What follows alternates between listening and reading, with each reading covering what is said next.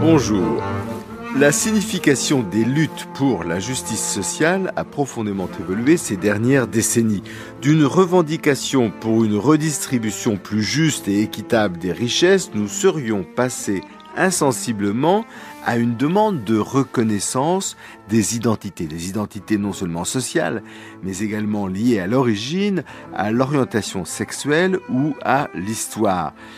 L'idée même de justice s'orienterait-elle vers la satisfaction de demandes de reconnaissance? Existe-t-il en démocratie un droit à la reconnaissance? On le voit, ce thème a été porté ces dernières années par deux auteurs, le premier allemand, Axel Honneth, et la seconde américaine, Nancy, aux éditions Michalon, dans la collection Le Bien commun, que j'ai d'ailleurs l'honneur de diriger. Alors, est-ce que vous pourriez, Louis Carré, dire à nos auditeurs exactement en quoi consiste ce thème de reconnaissance, la justice comme reconnaissance, parce que c'est un thème, dans le fond, assez polysémique. Tout à fait. Alors, on peut distinguer différentes acceptions du terme reconnaissance. La reconnaissance au sens commun du terme, ça peut désigner aussi bien le fait d'identifier quelque chose. Lorsque je reconnais, par exemple, un objet ou une personne dans l'espace, ça peut également signifier reconnaître une autorité. On reconnaît les lois de l'État. Mais ça peut aussi signifier le fait de se reconnaître mutuellement de manière réciproque. Pour donner un exemple tout à fait banal, le fait que deux amis dans la rue qui se croisent se reconnaissent, voilà une forme de reconnaissance spécifique à partir de laquelle d'ailleurs Honneth a construit tout un modèle théorique. Alors, il a construit un modèle théorique en montrant qu'il y a une certaine nécessité de la reconnaissance pour la construction de l'individu. Il part de là, il part de ce constat. Exactement. Et comme vous dites, c'est un constat, c'est-à-dire que c'est presque une donnée anthropologique, le fait que les individus se construisent leur propre identité ou leur propre rapport à eux-mêmes à travers des rapports de reconnaissance. Je ne suis moi-même ou je ne peux me rapporter à moi-même qu'à travers toute une série de rapports de reconnaissance. Alors c'est une donnée anthropologique et paradoxalement cette demande est moderne. Comment vous expliquez cette nécessité d'être reconnu et qu'en même temps on a vu apparaître une demande de reconnaissance, on y reviendra, relativement récemment sous le ciel de l'histoire en tout cas.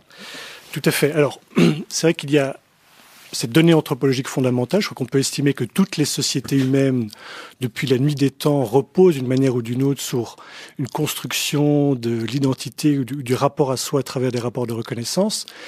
Mais cette donnée anthropologique apparaît, surgit, pose problème véritablement à partir de la modernité, au sens où, dans la mesure où il n'y a plus de cadre ou d'ordre préétabli, comme c'était le cas dans les sociétés anciennes ou traditionnelles, la question se pose de savoir qui est reconnu et sur base de quelle valeur et à quel titre. Avec une sorte de fragilité identitaire du moderne. Tout à fait, voilà.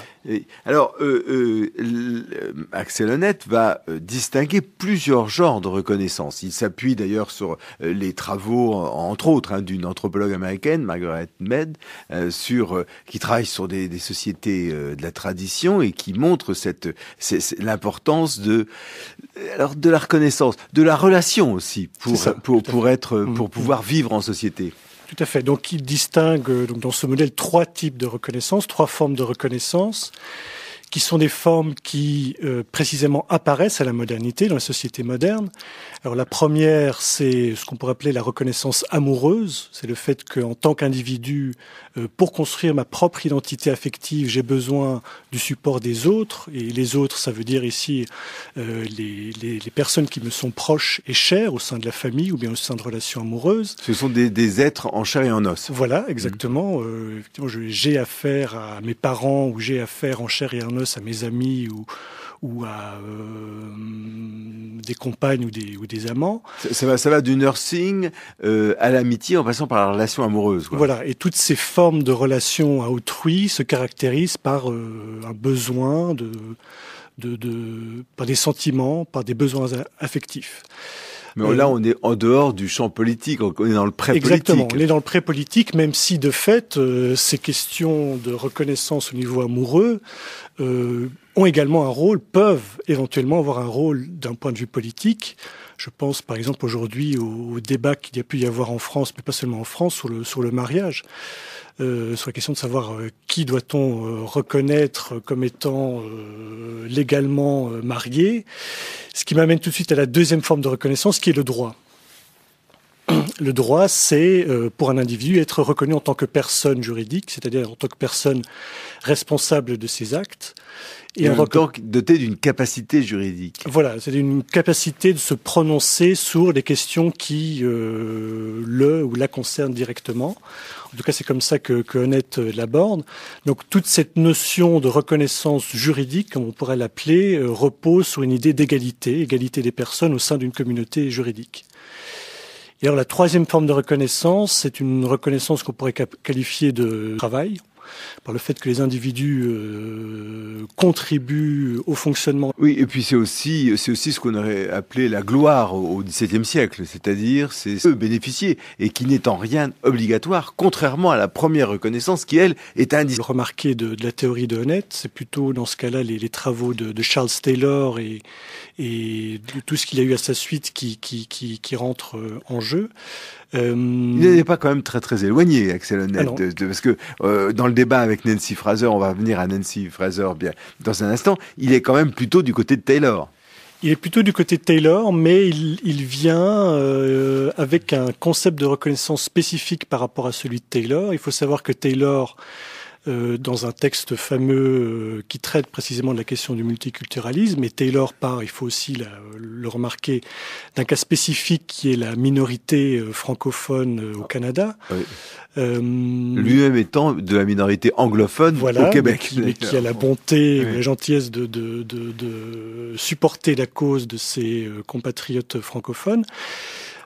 Taylor parle effectivement d'une reconnaissance, on va dire, spécifiquement culturelle, le fait d'une culture, par exemple la culture francophone au Québec, le fait qu'elle puisse éventuellement sous le coup de la domination de la culture anglo-saxonne disparaître un jour. Alors c'est ça la question de Taylor, c'est ça la question que pose Taylor, c'est de savoir, ne faut-il pas ici reconnaître, et notamment d'un point de vue juridique, la spécificité de cette culture francophone par rapport à la culture anglo-saxonne dominante.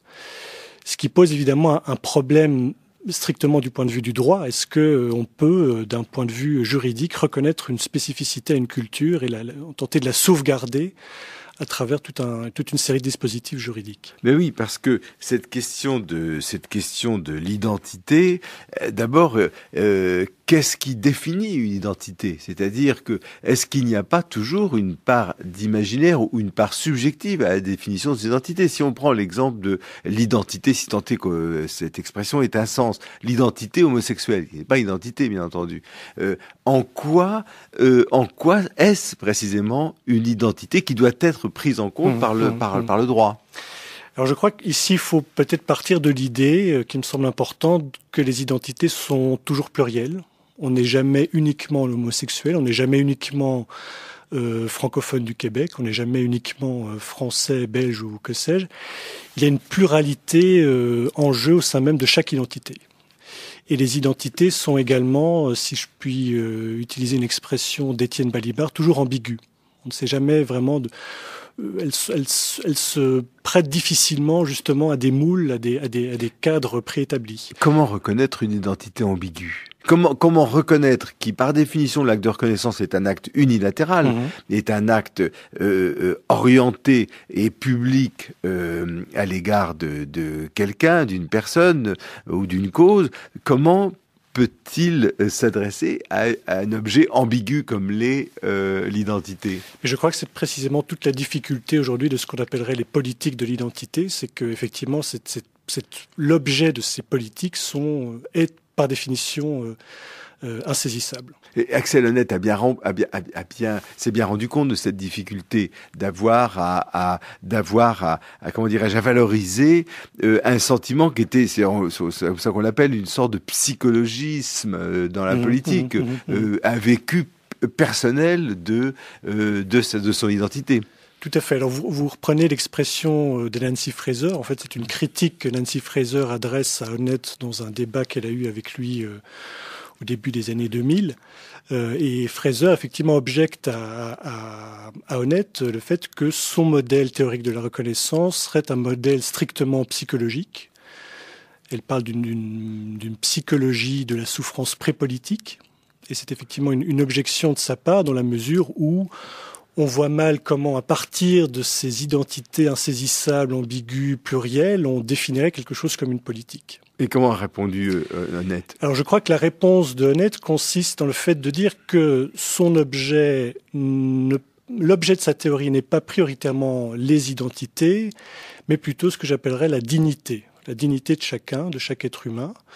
Mais ça, c'est très différent parce que, justement, autant je crois qu'on peut se mettre d'accord sur l'idée que la dignité est d'ailleurs un concept nouveau en droit et en politique, qui doit soutenir des institutions et toutes les institutions publiques, et c'est particulièrement vrai pour les institutions prenant en charge des êtres diminués, comme peut l'être la prison ou l'hôpital ou l'école, d'ailleurs par certains côtés, des êtres en devenir. Bon, mais la dignité, on est aux antipodes de l'identité, puisque la dignité, c'est précisément la commune humanité, c'est l'humaine condition, dirait Hannah Arendt. Tout à fait, sauf que je pense que l'intérêt de Honneth est de montrer que cette dignité elle-même se décline sous différentes formes. Et c'est là où on retrouve ces différentes formes de reconnaissance. Je suis digne où j'ai un droit à être reconnu comme quelqu'un de digne de plusieurs façons, que ce soit d'un point de vue affectif, d'un point de vue juridique ou d'un point de vue social. Je crois que c'est ça le petit tournant qu'amorce Honneth par rapport à cette question de l'identité, c'est de montrer que partant de la dignité et non pas de l'identité, on peut malgré tout montrer que cette dignité se décline de différentes façons. Oui, mais alors il y a aussi une autre difficulté, c'est que ce terme de reconnaissance, il est souvent affublé d'un épithète et on parle de reconnaissance réciproque ou mieux de reconnaissance mutuelle. Et pour chez Ricoeur, on sait que ça avait une grande importance, la reconnaissance mutuelle. Alors expliquez-moi, quelle serait la réponse d'Axel Honneth dans ce débat du savoir si les institutions publiques devraient prendre en compte les attentes de reconnaissance des publics, des populations, des personnes qui les fréquentent. Dans quelle mesure une institution peut hâter une reconnaissance mutuelle? C'est la mutualité qui m'intéresse. Alors si par mutualité on entend effectivement le fait que la reconnaissance finalement ne peut être que mutuelle, au sens où si une reconnaissance n'était que unilatérale ou asymétrique, on n'aurait pas affaire à une reconnaissance en tant que telle, mais plutôt finalement un rapport de domination. C'est-à-dire que si l'acte n'est pas réciproque, et il s'appuie ici essentiellement sur Hegel, qui est l'une de ses sources philosophiques les plus importantes. Société aujourd'hui, où on a l'impression d'avoir une exigence, alors certains diraient tyrannique, de reconnaissance. Reconnaissez-moi dans mon insigne différence. Et souvent d'ailleurs, reconnaissez-moi dans ma souffrance. Reconnaissez-moi dans ce que la communauté à laquelle j'appartiens a souffert. Ce qui est très souvent le cas, si on prend l'exemple des esclaves ou l'exemple de la colonisation, par exemple, aujourd'hui. Mais alors, là, on n'est pas dans la mutualité. On est dans une reconnaissance de la victime. Et puisque vous parliez de Hegel, qui est une référence majeure pour Axel Honneth, ne risque-t-on pas de verser dans une concurrence des victimes, dans une concurrence des identités, qui est presque inscrite dans cette revendication? Oui, alors c'est effectivement un problème délicat aujourd'hui, cette concurrence des victimes, ou cette concurrence des mémoires. Mais je pense malgré tout qu'il y a un travail à faire, mais qui est un travail nécessairement collectif, puisque la mémoire, par définition, c'est quelque chose de collectif. Donc il faut évidemment travailler la mémoire, et notamment à travers cette clé que proposent les sciences de l'histoire, ou l'histoire en tant que discipline scientifique, effectivement montrer, et c'est d'élargir notre mémoire collective en intégrant ces différentes épisodes de notre histoire en tant que mémoire collective. Mais alors, il y a une autre critique surgit immédiatement, à savoir que peut-on réduire un acteur politique collectif à un espace public de reconnaissance des identités. N'a-t-on pas une définition en quelque sorte négative de l'espace public? Et si je reprends un auteur contemporain comme Pierre Manant, il dit c'est une perception du citoyen et des droits en termes exclusivement de la victime, c'est-à-dire du pâtir et non pas de l'agir. Alors que le propre d'une communauté politique, c'est précisément de construire un acteur collectif pour pouvoir se projeter collectivement dans l'histoire et dans le monde. Oui, alors c'est effectivement une belle vision héroïque de la politique. Très républicaine, bien sûr. Oui, républicaine. Je pense que malgré tout, l'un des intérêts de Honneth et d'une série d'auteurs qui gravitent autour, c'est de montrer précisément que on peut considérer la politique non pas comme étant une sorte d'acte de bravoure ou quelque chose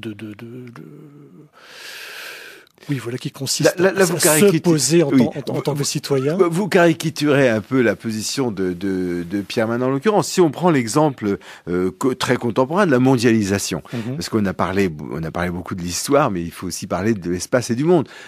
Construire et se construire comme un acteur collectif, la nation ou l'État, pour jouer dans la mondialisation, pour peser dans le cours des choses de façon à ne plus la subir, mais se poser comme un acteur de l'histoire, c'est pas un acte de bravoure. Ou alors, mais là, vous-même avez utilisé le terme de survie, donc si nous voulons survivre, une sorte de retour à une forme de politique au sens fort ou volontariste du terme. Parce que c'est toujours cette tension entre l'agir et le pâtir qui fait pour reprendre en quelque sorte une expression aussi de Pierre Manant en disant il est regrettable qu'on ne conçoive plus l'entrée dans la communauté politique comme une participation, comme une égale participation, mais comme une jouissance de soi ou une préoccupation de soi. Est-ce qu'il n'y a pas une aversion et est-ce que ce n'est pas un obstacle, un reproche qu'on pourrait faire à la théorie d'Axel Honneth qui lui a été adressée d'ailleurs? Oui. Alors je crois que mais vous partez de ces deux catégories de pâtir et d'agir. Ça joue d'ailleurs également un rôle dans le travail de Ricoeur. Je crois qu'il y aurait ici des ponts à lancer entre le travail de Ricoeur et celui de Honneth. Je pense que c'est important de retenir cette dualité de l'agir politique. Quand on agit, on pâtit aussi. C'est-à-dire que agir, c'est aussi de manière ou d'une autre souffrir, puisqu'on est toujours dans un rapport entre ego et alter. Donc agir, ça veut dire aussi imprimer une partie de mon action sur autrui, et donc ça veut dire qu'autrui souffre en quelque sorte, en tout cas pâtit de mon action. Donc je crois que l'agir politique, c'est aussi reconnaître une forme de vulnérabilité commune. Et je pense que nos communautés politiques auraient tout intérêt à partir de cette idée que l'agir politique, ce n'est pas uniquement quelque chose de volontariste et un acte fort à poser, mais c'est aussi une vulnérabilité partagée entre les individus au sein d'une même communauté. Vous faites référence par exemple au discours d'Obama, au fameux discours de Philadelphie, l'Obama candidat à son premier mandat, où il dit « Je parle au nom de ceux au détriment desquels le rêve américain s'est construit ». Tout à fait. Et c'est-à-dire que l'Amérique, elle est faite du rêve américain et de ceux qui n'ont pas eu accès à ce rêve, et mieux qui ont été les victimes ou ceux qui ont subi la conséquence de l'action des autres. Absolument, oui. Et une communauté politique, dans ce sens-là, serait pas les winners uniquement, pas ceux des citoyens, des hommes actifs, si on pense à la cité grecque, mais et c'est peut-être ça qui définirait une communauté politique moderne, c'est-à-dire le souci, la reconnaissance mutuelle et la justice en tant que reconnaissance correspondrait au souci très contemporain d'avoir une cité politique complète, pourrait-on dire. Complète, c'est-à-dire qui ne laisse personne sur le chemin, ni les femmes, ni les handicapés, ni les enfants, ni les personnes de rentage, etc. C'est-à-dire que la reconnaissance aurait une dimension inclusive, Louis Carré. Tout à fait. Et c'est d'ailleurs La définition de la justice que donnerait Axel Honneth, c'est que la justice, ou est réputée juste, une société qui inclurait, au sens fort du terme, l'ensemble de ses membres et qui permettrait en même temps à chacun de ses membres de développer leur propre individualité. Alors effectivement, on a ici affaire à une tension au sein de ce modèle de la justice que tire Honneth de sa théorie de la reconnaissance. Il s'agit à la fois d'inclure l'ensemble des individus et également de leur permettre de se développer du point de vue de leur propre individualité. On a ici une véritable tension entre deux axes, mais qui nous faut en quelque sorte assumer en tant que tel. Alors la réponse de Nancy Fraser, on n'a pas beaucoup parlé d'elle parce que elle est en quelque sorte en défense dans ce dossier-là. Elle dit mais c'est moins de reconnaissance en termes de reconnaissance que nous devons penser la justice sociale qu'en termes d'égal accès à la vie publique et égal accès aux institutions, égal accès à ce qui va me permettre d'agir avec un horizon beaucoup plus raccourci, en étant la reconnaissance n'a de sens que dans la mesure où il faut justement inclure et permettre une égale participation de tous. Tout à fait. Donc c'est le modèle que propose Fraser. La justice sociale, c'est un idéal d'égale participation de tous à la sphère publique.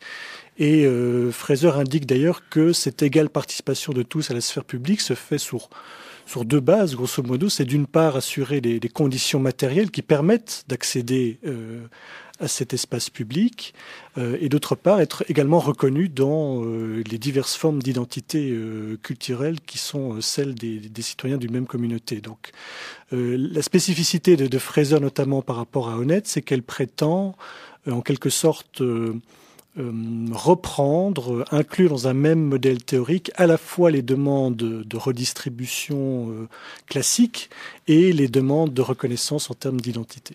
Alors, ma question est double. Est-ce que vous ne pensez pas, dans ces deux thèses de Fraser et de Honneth, est-ce que vous vous sentez pas plus proche de celle de Nancy Fraser, en ce qu'elle est en quelque sorte plus holiste? Oui, tout à fait. Alors, c'est l'impression qu'on pourrait avoir, mais je crois que l'argument que Honneth oppose à Fraser est malgré tout intéressant.